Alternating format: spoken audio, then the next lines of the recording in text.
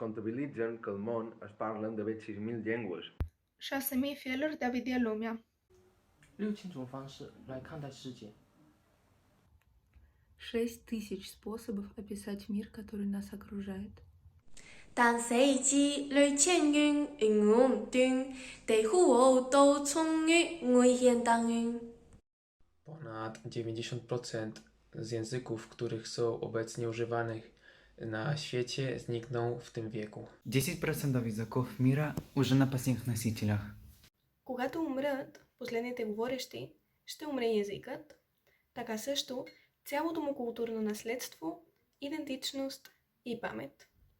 Сега son pan o sile de niño y que ine yo pane cañaola. Y todo esto quiere decir que tan solo un 10% de las lenguas actuales llegarán al siglo XXII sin ningún tipo de problema. No són dades pessimistes per crear alarma. És la veritat. Les llengües moren. Dil bilimciler bize bunun halihazırda gerçekleşmiş ve tekrarlanmakta olan tarihsel süreçlere dayanan akademik bir kanıt olduğunu bildirdiler.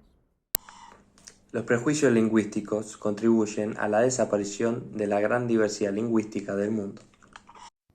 Walang wikang nangunguna at pumapangalawa sa kategorya.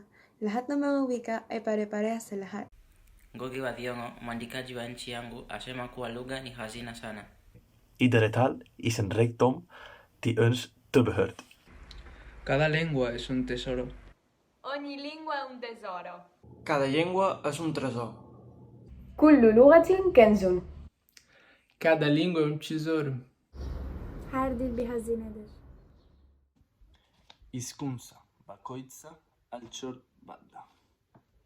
Evunaze votagmoya efeeno.